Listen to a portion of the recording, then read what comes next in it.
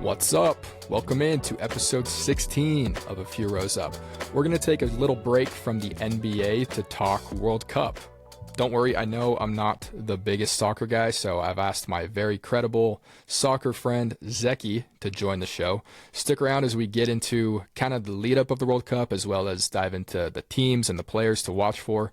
It starts in a month, if you didn't know that. It's also in the U.S. as well as Mexico and Canada. Kind of feels like we can do a better job at advertising maybe the biggest U.S. sporting event of the last 30 years. That's the last time that the World Cup was in the country, but whatever. Also, stay tuned for the end because Zequi is going to provide us with a weekly recommend. I hope you enjoy the conversation. This is A Few Rows Up.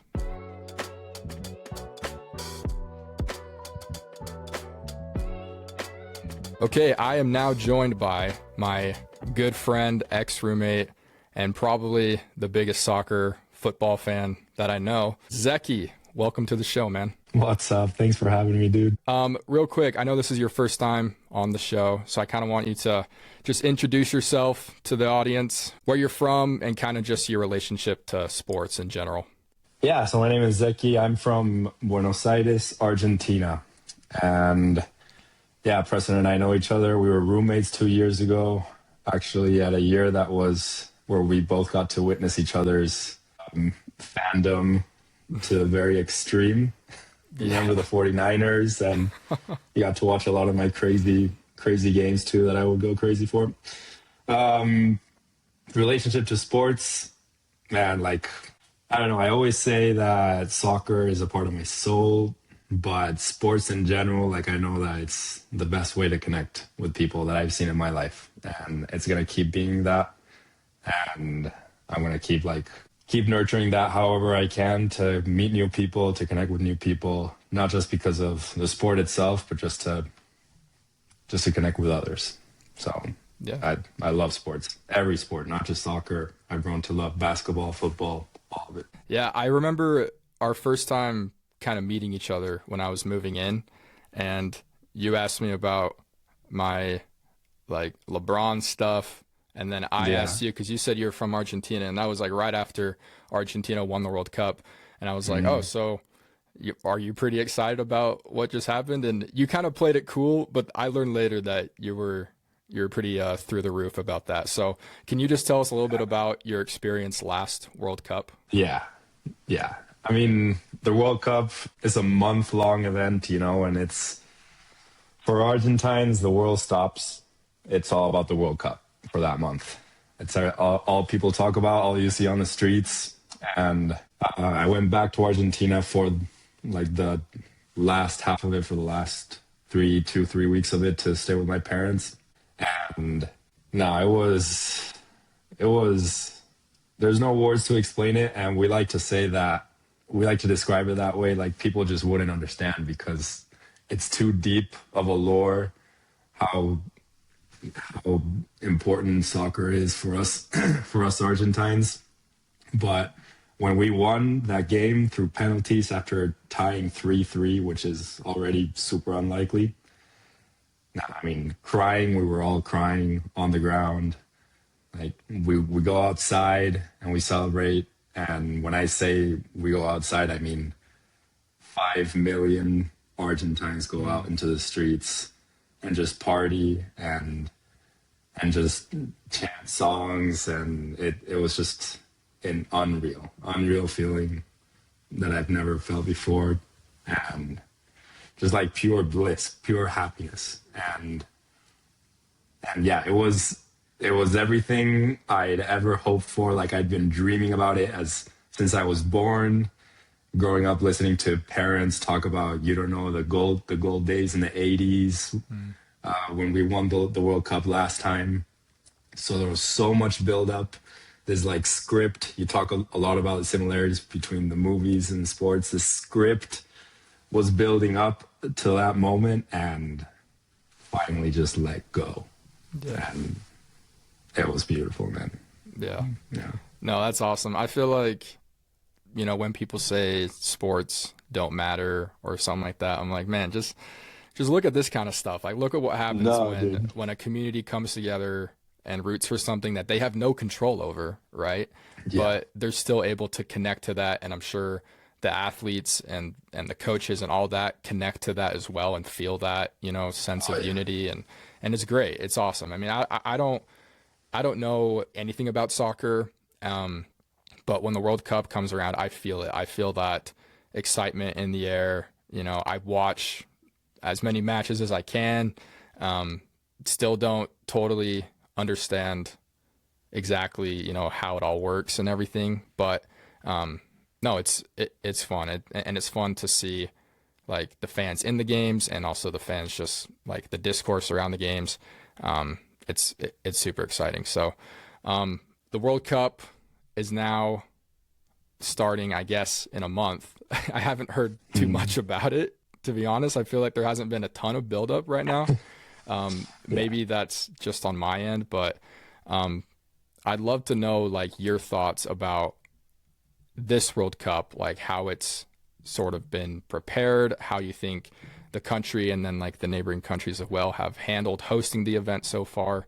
Yeah, I mean, this World Cup probably in my life is the one that has the most amount of pressure as far as the host country, in this case, countries go, because it's hosted technically by Mexico, the US, and Canada, for a lot of reasons. It's just so big. Like, usually the World Cup is centered around a capital city. Yes, it is in a country. When it was hosted in Brazil, Brazil is also a big country. In 2014, it was hosted, and you could still. And Brazil is a very, very soccer huge country, but it still captured the energy, like pretty much the 4 years building up to the tournament. And yeah, the US is huge, Canada's huge, Mexico's huge, but it is kind of sad that like I talked to someone last weekend about the World Cup, and this isn't someone who is like disconnected from the world, and they didn't even know that it was being hosted in the US, that it was being hosted here. Now, there are no games that are going to be played in Utah, Yeah. but yeah, it is sad that there's 19 days left till the World Cup starts. And like, there's not that much of a hype around it. I think that it will all come down to after it ends. After it ends, if people say this was actually really well organized, a lot of people got into it. I think we're yet to see the bulk of it. We're yet to see like events that will be hosted in all the states, probably to like watch fan fests and watch parties. They've already started coming out, and I've just now started to see more ads for it, like in the NBA games and the NBA conference finals. Now I'm seeing, oh, okay, there's finally a Messi ad, a World Cup ad, and maybe I was holding it. I had my standards a little bit too high, because in Argentina, if Argentina were to host the World Cup, you'd be hearing about it for years before it even started. But yeah, that's one reason it's so big, as that's going to make it harder to try to get everyone involved. Another reason the World Cup this year is bigger. There's more teams involved. There's 64 teams instead of 32, and that means that there's going to be more games, and that might mean that there might be more games with less stakes on them. Like in the World Cup before, were just 32 teams, 8 groups of 4. Every game mattered. But now there's a higher likelihood that some games like won't matter at all, won't have any effect on who qualifies or who doesn't. And I don't know if anyone's going to watch Cape Verde against Saudi Arabia. Those two countries are not known for being very good at soccer. Hopefully they'll surprise us. Yeah. But I don't know. There's just a lot of interesting stuff being put on the spotlight in this World Cup. Like Iran is playing in this World Cup. Is that a for sure thing now? I heard that there was like at the beginning, when the conflict started, and it was like, oh, like Iran's for sure not going to play, and then it was like, okay, well maybe they're going to play, and now it's like actually they are going to play. Actually, they are going to play, and That's gonna be interesting. Our who's gonna one of the best parts of the World Cup is fans coming to watch their team. I don't know if there's gonna be any Iranian fans going to the stadiums there. Yeah. Well, that also just kind of feels like, to me, it might seem a little sad because it just feels like this World Cup isn't maybe as welcoming as World Cups in the past have been. And that just kind of tells me that the US and Canada and Mexico, with like in addition to how they've maybe marketed this or bought into the vibes and the atmosphere of it all, just kind of tells me that they're not really caring as much about this as maybe we thought they would be when they drew the World Cup. And it's also just kind of sad to see that the prices, like for the tickets and stuff of these games, are, I think, 4 times more than the last World Cup. I feel like when I think of the World Cup, I think of these fans kind of congregating from all over the world to see this thing and to support their team.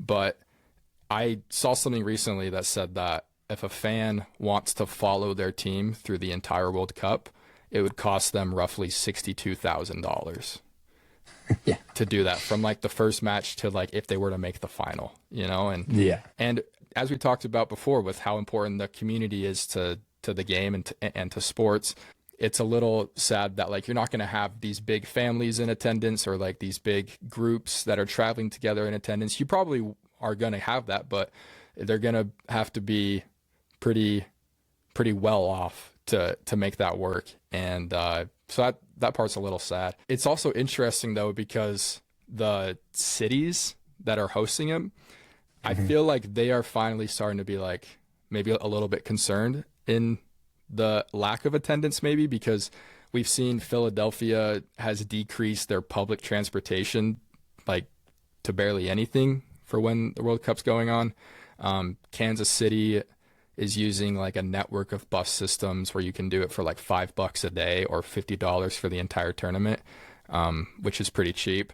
And so it feels like the cities themselves are trying to combat how expensive it's going to be to just get a ticket and to get flights, and to just, accessibility of getting into the country too could be difficult. So that part to me might be a little disappointing, if I'm being honest.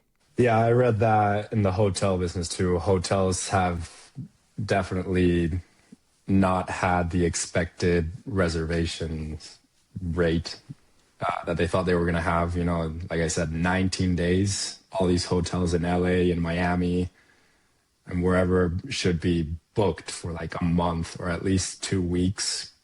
And they haven't seen that. So again, I think that 19 days, even though it's short, a lot can happen in that time. They've already slashed prices for a lot of games. This Cape Verde, Saudi Arabia game that I told you about, apparently you can get a ticket for $6. Really? Yeah. Are you going? Again. No. I mean, if I were to live, I don't remember where it's at. I think it's in Houston, maybe. I don't know. But that's a very Cape Verde and Saudi Arabia. It's not France. It's not Spain. It's not Argentina. It's not Brazil. It's not England. We haven't seen a decrease in price in the more popular, I guess, game teams. But I think that we're yet to see more action being taken against that. Whether it's by the cities themselves, like you said, with transportation, or the tickets themselves coming up closer to the games. And what matters most is the fans' experience, right? Yeah. Maybe 2 months from today, we'll be talking about how everyone had an amazing time, and just a lot more people than we thought were actually willing to pay 62 grand. A lot of people were worried about the Qatar World Cup too, because it's in Saudi Arabia and they had to build all these new stadiums, and there were some ethical concerns too about how those stadiums were built and how the infrastructure was going to be able to sustain such a large tourist attraction and income. And apparently it was really well organized. The fans had a great time. There is a spotlight on this one particularly politically as well.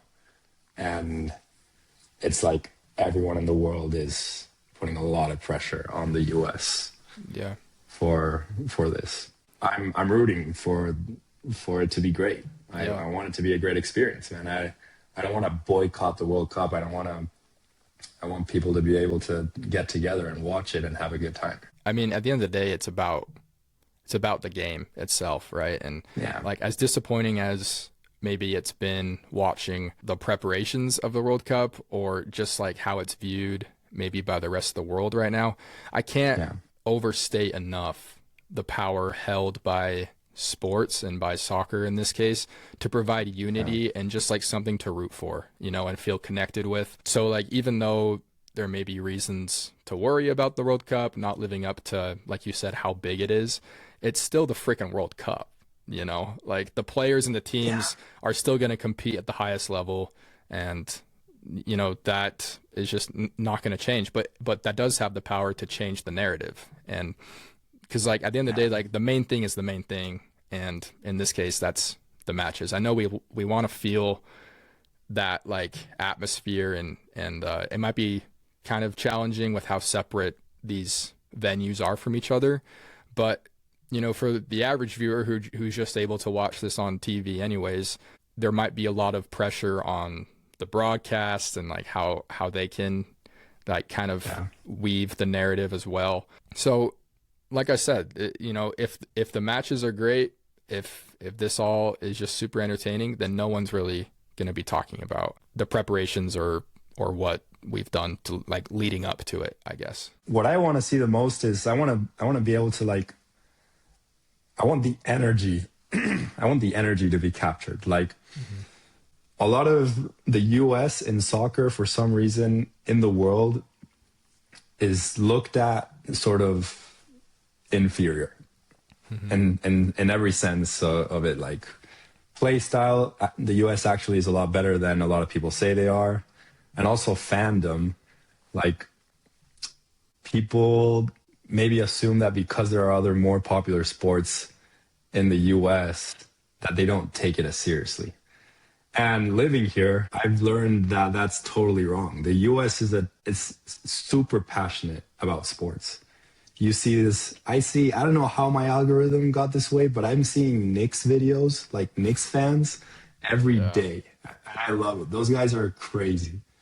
I see it in basketball. There's some insane baseball fans, some crazy football fans, just like lunatics that totally would be willing to go out on the streets. And there's this really strong US sport culture with tailgating, with getting people together, wings, pizza, good food, and cheering on your team. I want to be able to see that. I want the US to be able to show that off. Yeah. Like, it shouldn't just be the US being wowed by these insane Argentine fans that are going to come and root for their team, and Europeans that are going to come, and Americans are going to be surprised by how crazy Scotland fans are. No, the US should take this opportunity to show off that, you know, they take this seriously too.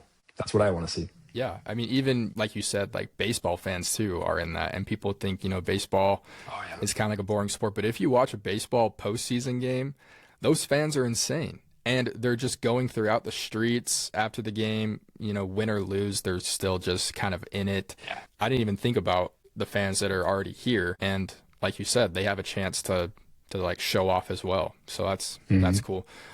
What can you tell us, because I am not credible at all for soccer, for international soccer or anything like that. So what can you tell us about the actual teams, like the actual tournament? I mean, how do you see this sort of playing out? Let's see. The two powerhouses are France and Spain. Those are the teams that on paper, they're the ones that are number 1 and 2 in the FIFA World Ranking.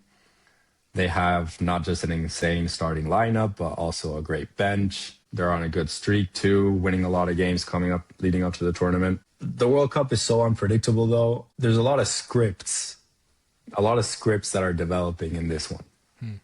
I think the one that you're gonna see in the headlines every day for a month are Messi and Ronaldo. You know, they've been saying this is their last World Cup for the last three World Cups, whatever. But this time they're 39 and 41. Like, Yeah. and both of them do have a real chance to win it. So the script that people are going to be looking at is Messi going to be able to do it again back to back, and is Cristiano Ronaldo actually going to be able to do it? And this is the best Portugal team ever, I would say, in terms of player by player, position per position. Other things to look out for: Brazil and Neymar. I don't know if you know who Neymar is. Neymar was like the prodigy next Messi and Cristiano Ronaldo, but he's had so many injuries. It's so sad. And he isn't playing for a big team in Europe. He's playing back home in Brazil. And he's had so many injuries, but he came out. He was chosen to be on the squad for the World Cup. Cool. So another script that's lining up is, will Neymar be able to lead Brazil to glory, even though he's coming back from injury? We love a comeback story. Yeah. And I'm all about scripts, man. But another player that has been on the spotlight the last 4 years is Erling Haaland. He's like this massive, tall robot, just an animal on the field, a striker, super physical. Averages probably like 40 goals a season, which is insane. Dang. He's Norwegian, and Norway isn't a big hitter like Germany, Argentina, Spain, France, Brazil, England, etc. But I think that's a team to look out for. As far as surprise underdogs that people are probably sleeping on, I'd say Ecuador. Ecuador has a really young, physical team that have really good chemistry. They've been playing together for a long time, the same lineup. And Japan. Those guys always are the best in Asia, and they come out playing really, really beautiful soccer. They surprised us last World Cup. They were in the group of death, and they came out of it, I think, on top or second.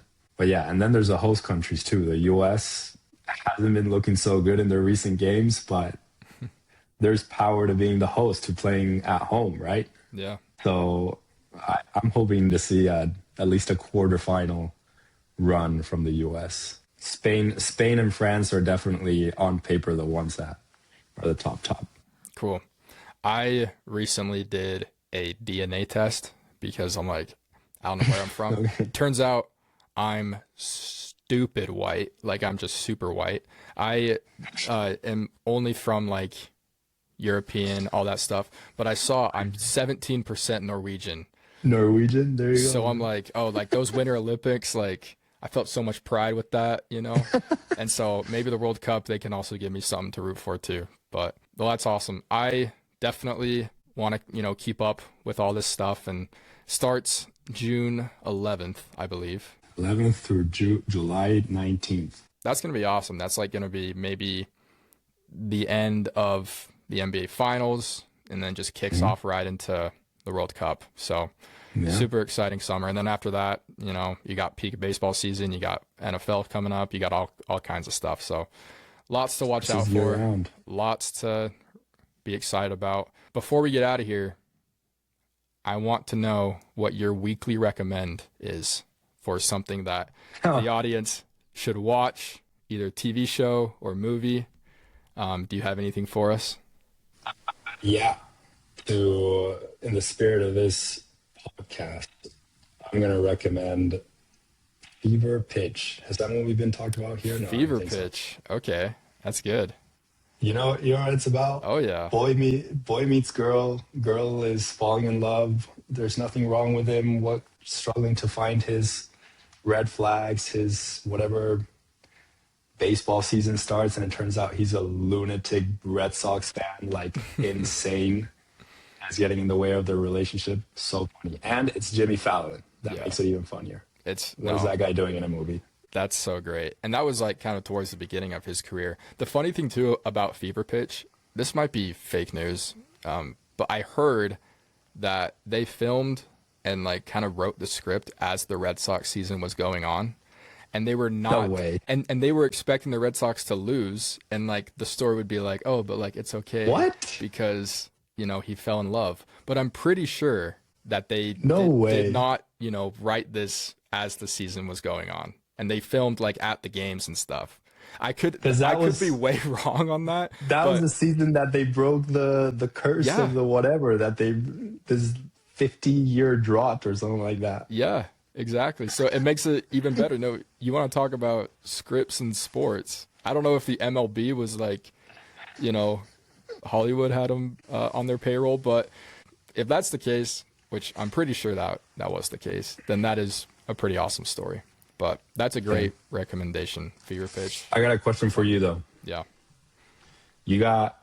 Well, first of all, I know you're going to watch all the U.S. games, right? Yeah. What's a superstition that you're going to have, that you're choosing right now to have for these games? Your go-to, my lucky charm.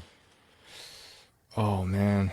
That's a great question. I always go with, you know, if I'm wearing clothes and they win a game, then I'm going to wear that exact same pair of clothes for like the next game.